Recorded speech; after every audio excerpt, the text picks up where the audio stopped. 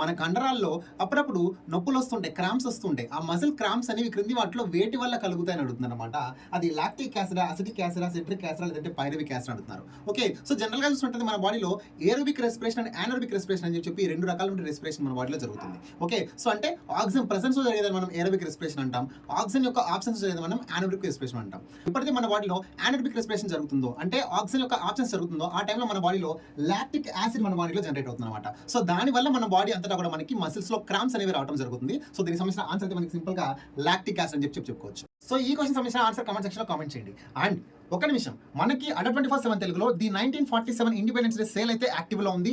అన్ని బ్యాచెస్ మీద మీరు ఎప్పుడు విననటువంటి ప్రైస్ డ్రాప్ అయితే కనిపిస్తుంది. దట్ టు 27% ఆఫ్ అయితే నా కోడ్ కనుక మీరు ఉపయోగించినట్లయితే మీరు ఏ బ్యాచ్ అయినా పర్చేస్ చేసుకోవచ్చు. So Y911 coupon code apply చేసి 27% ఆఫ్ అన్ని బ్యాచెస్ మీద ఉంది కాబట్టి ఏ బ్యాచ్ కొనాలనుకున్నా ఇంతకు మించిన మంచి ఆఫర్ అయితే రాదు. కాబట్టి వెంటనే మీరు నచ్చిన బ్యాచ్ లో ఎన్రోల్ అయిపోండి.